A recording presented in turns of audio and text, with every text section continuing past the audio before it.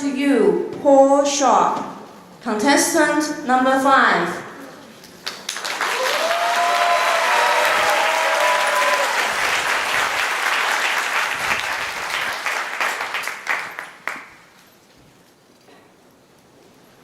Friends, when you get lost in life, what is the first thing you do? The first thing I do when I get lost is take out my phone, log into Google Maps, 300 meters, turn left. In 200 meters, turn right. In 100 meters, kabam! You've arrived at your destination. Magic. With Google Maps, it's impossible to get lost. Google Maps has every single road in the world on it. Except one, the road of life. When you get lost in life, what do? When you lose a job, a precious relationship, or even worse, a loved one, you're lost. There are no maps, no directions, no signs. You don't know where to go. You're just lost. How do you find the road back to you? In November 2020, when my wife, Queenie, was first diagnosed with stage 2 ovarian cancer, I got lost. Very, very lost. I got lost trying to keep her alive. I got lost trying to keep Queenie emotionally healthy. And when she died in my arms in December 2022, I got desperately lost in my grief. My soul was lost in the darkness. There was no light to show me the way. I didn't know where to go. I hated myself because I couldn't save her life. I was angry. For months on end, I would sit in a bar drinking till the early hours of the morning. I couldn't sleep. I did not know who I was. For 9 long months after my precious Queenie went home to heaven, I was lost in my grief. When, on my 52nd birthday, my first birthday without my wife in 20 years, I found myself sitting on the beach in Hualien at 5 a.m. in the morning, watching the sunrise over the Pacific Ocean. And as I watched that sunrise, I got lost in my memories. I remembered all the beautiful times we spent together, traveling around the world. Wherever we went, Uzbekistan, Sri Lanka, China, Japan, we always walked hand in hand, side by side.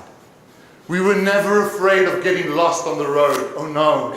We were only afraid of losing each other, because we know if we lost each other, we would lose ourselves. Queenie loved walking.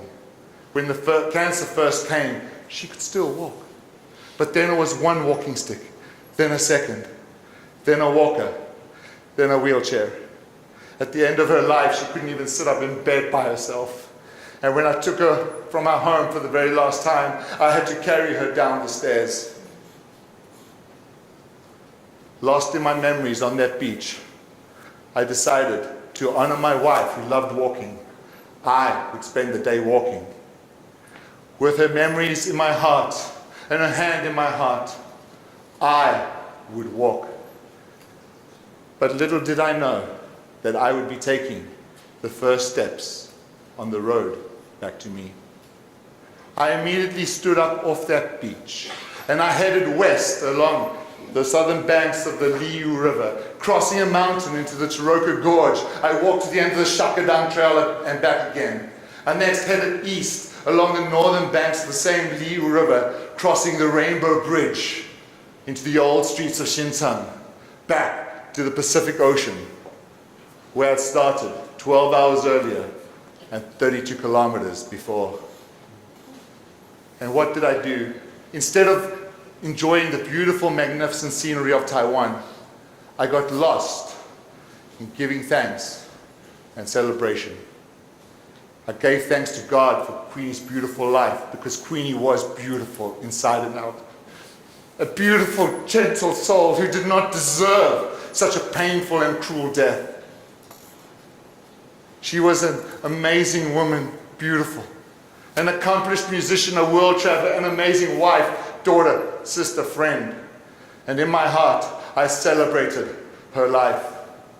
I thank God for the 23 years I got to spend with this amazing woman.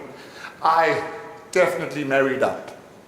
I remembered all our precious moments, the first time we met, our first kiss, our wedding, every single journey we took. And in my heart, I celebrated those precious moments.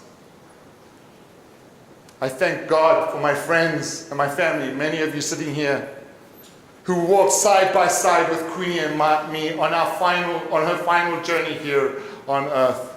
And in my heart, I thanked God for each of them by name. And I celebrated their incredible lives. Friends, if you had seen me on that road that day, sometimes you would have seen me smile. Sometimes you would have heard me laugh out loud. Sometimes you would have seen me cry or scream into the wind. And you surely would have said to yourself, that guy, he's crazy. But when I arrived back at the Pacific Ocean 12 hours later, after 32 kilometers, was 32 kilometers of giving thanks and celebrating. Giving thanks and celebrating the beauty in my life that would guide me into my future. Yes, my feet, like my soul, were sore, bloodied, and bruised. But when I looked at that beautiful pink sky as the sun set behind me, I said to myself, Paul, this was a good day. And then I knew this fragile heart was starting to heal, that this part of my life's journey was coming to an end. And then I knew I was starting to walk on the road back to me. By giving thanks and celebrating, I had found the road back to me. Friends, I hope you are never as lost as I have been without my beautiful Queenie. So lost in the darkness that there's nothing that you can do to find direction. But if you ever are, may I suggest you give thanks and celebrate the beauty in your lives, because your lives are beautiful. It's exactly what we did with Queenie right up until the very end. That's exactly what I did on that long and lonely road in Hualien. We all get lost in life sometime, both you and me. But the next time you get lost, take a moment. Give thanks and celebrate. Give thanks and celebrate.